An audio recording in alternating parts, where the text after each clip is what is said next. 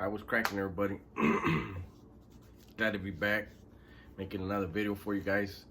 Um, Before I get into the video, once again, I feel it's necessary that I shout out Gunner, the Gunners Collective. You know, it took me a long time to get to 5,000 subs, and I mean, if you look in the comment section, it's obvious. For whatever reason, Gunner has felt that it was necessary for him to push my channel, and he's gotten me a lot of subs lately. I appreciate that. I'm humbled by that. And those of you new to the channel, welcome. I'm glad that you're subbed to him, because that Vato puts out content just about every day. I might put something out every week or two. I'm a little slower when it comes to putting content out. You know, and it's a trip, because when I started my channel, it was where I got my first boost was the late Toker from Brownside, rest in peace. He was pushing my channel. There's a lot of you guys originals that remember that. He was pushing my channel and gave me a boost. And then but as far as recently, man, you know, Gunner's a big channel, and he's been pushing me. But I mean, it's been a concerted effort lately. Mod ENT has been pushing me. Sonny's always pushing for me. American Cholo pushes for me. Like, everybody, I don't know why I'm blessed to have everybody pushing for me, but I think it's because I always am trying to push for all of us at the same time. You know what I mean? But anyways, with that said, today's video is gonna be it's actually something that's been on my mind. I've been thinking about doing it. Don't know how it's gonna come out, you know, but so I remember when I was in New Folsom. You know, I've been to New Folsom a couple times, and my cellie had left. He had went home, and you know, and it's one of those things where in prison you always wanna, you know, you wanna hand select who's gonna come in your cell, right? And this youngster approached me, and he was cool as fuck, right? And he was like, "Hey, homie, do you think I could cell up with you, this and that?" And I had somebody in mind, right? But somebody told me, like, just move him in, fuck it, you know? And I moved him in, and he was just starting his time.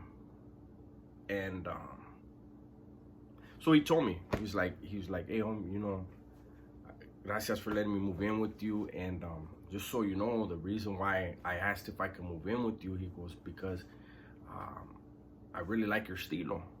I like the way you conduct yourself, and you know, you interact with people, and you know, I know you've been around, and I'm just starting my time, and you know," and that was very impressive, right? For a youngster. It reminded me of myself. That's how I was when I was in YA. I hung out with the dudes who were seasoned. When I went to the joint, I hung out with the dudes that were seasoned.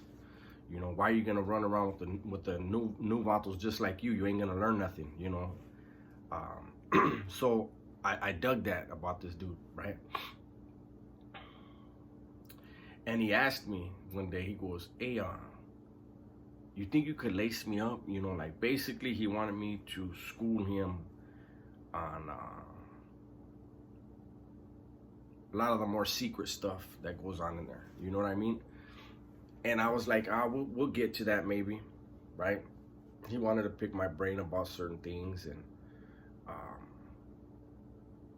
but there was a reason why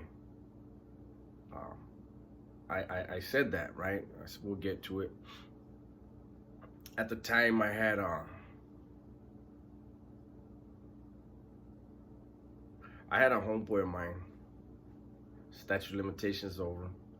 I had a homeboy of mine coming and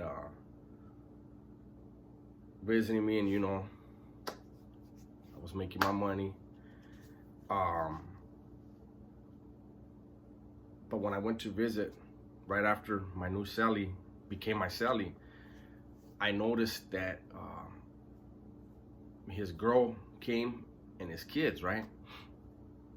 So we went back to the cell. I asked him, I said, hey, how often do you get visits? And I'm not gonna say his, you guys already know, I'm not gonna say his name, I'm not gonna say his neighborhood, but he's from the Harbor area, right? And he goes, oh, my wife. And I was, oh, you're your wife? And he goes, yeah. He goes, my wife comes every weekend. And I was like, damn. I go, so your wife drives all the way up here from the Harbor area every Saturday and Sunday she's here? And he goes, yeah. And I remember thinking to myself, while I know that I had a lot of schooling that I could give him to teach him how to be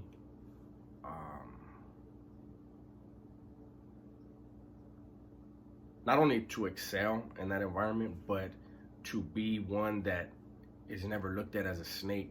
Because, you know, unfortunately, there's a lot of snakes in the grass. You know, there's always somebody trying to get over, especially when they see somebody that gets visits every weekend. Them snakes will come out and try to convince a youngster about something. So, but I knew I had a lot to give him,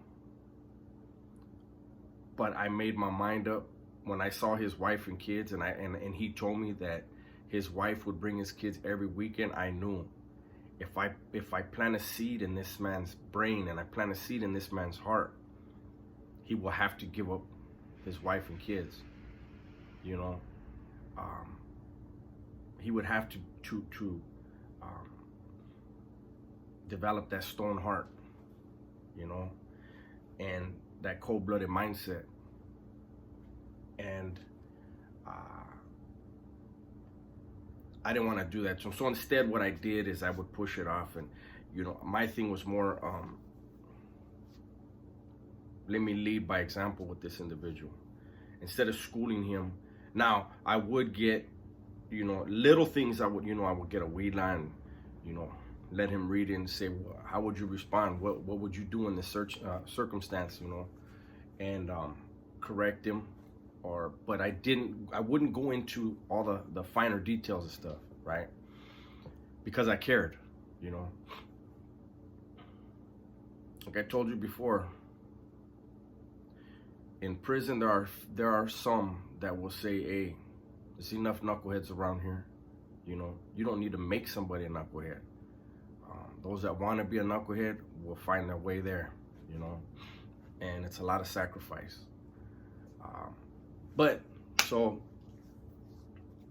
I wound up leaving, went back to the Bay, you know, and it was like a lot of years later, man.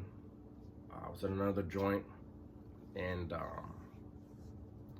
one of his my old Sally's homeboys was there, and he was like, hey, weren't you over here at this time? And I go, yeah. And he goes, oh, you probably know my homeboy. And I go, who's your homeboy? I know a gang about this from your neighborhood. Who's your homeboy? And he tells me, now we're like in passing, we're actually worked in the kitchen together, right? And so we're doing our thing, and he's like, so-and-so. And I was like, yeah, hell yeah, I got love for that cat. I mean, he was my Sally, eh? And he's like, yeah. He goes, you know, he killed himself, right? And I remember when he said that, I stopped, and I was like, damn, you know. And you guys already know my mom committed suicide, right? And when he told me that, I was like, fuck, eh? And I immediately thought of his wife and his kids. Me being the family member of somebody that had committed suicide, I know how much that hurts. I know it has extra hurt to it because you don't have anyone to be mad at, you know? Nobody did this to your loved one did it to themselves, and you have to cope with that. But I remember thinking like, fuck, eh? What was it? I wonder what it was, you know? And because this dude was like, he was so quiet and so humble, and he wanted to, like, he never complained, never. You know, we'd be on lockdowns and everything, and he'd be doing what he's supposed to do, you know? And he was a good fucking dude, man. But that's the thing about prison, is prison will make you or break you, you know. Um, while I was in prison, I saw dudes that, strong dudes, um, just hang themselves, and they never showed any signs of, any outward signs of going through something, and unfortunately, um, prison is not an environment where you're going to open up to your cellie or somebody and say, hey, I'm going through some shit mentally, because unfortunately, that can be preyed upon. And, again, I put these videos out, man, to try to get people to understand. Somebody the other day in the comment section said something about, we live in the richest country in the world, and you can buy $1 million house and have these cars and all this shit. Why talk about prison? And telling these stories about prison is to get people to realize they're in the wealthiest country, and realize that they can have that Lambo, or they can have that mansion, or they can even be happy in a fucking studio, or that their life could be better if they were homeless on the streets out here. Whatever it is, you can make the best of it. But when you're making these decisions that will lead to somebody else dictating your life and your program, then that's what it is. It's somebody else dictating it, whether it be the Juras or somebody else once you get behind the walls, But at the end of the day, no matter who it is dictating your life, you're just a passenger. And you're a passenger on a painful ride. All right, man, with that, I'm out.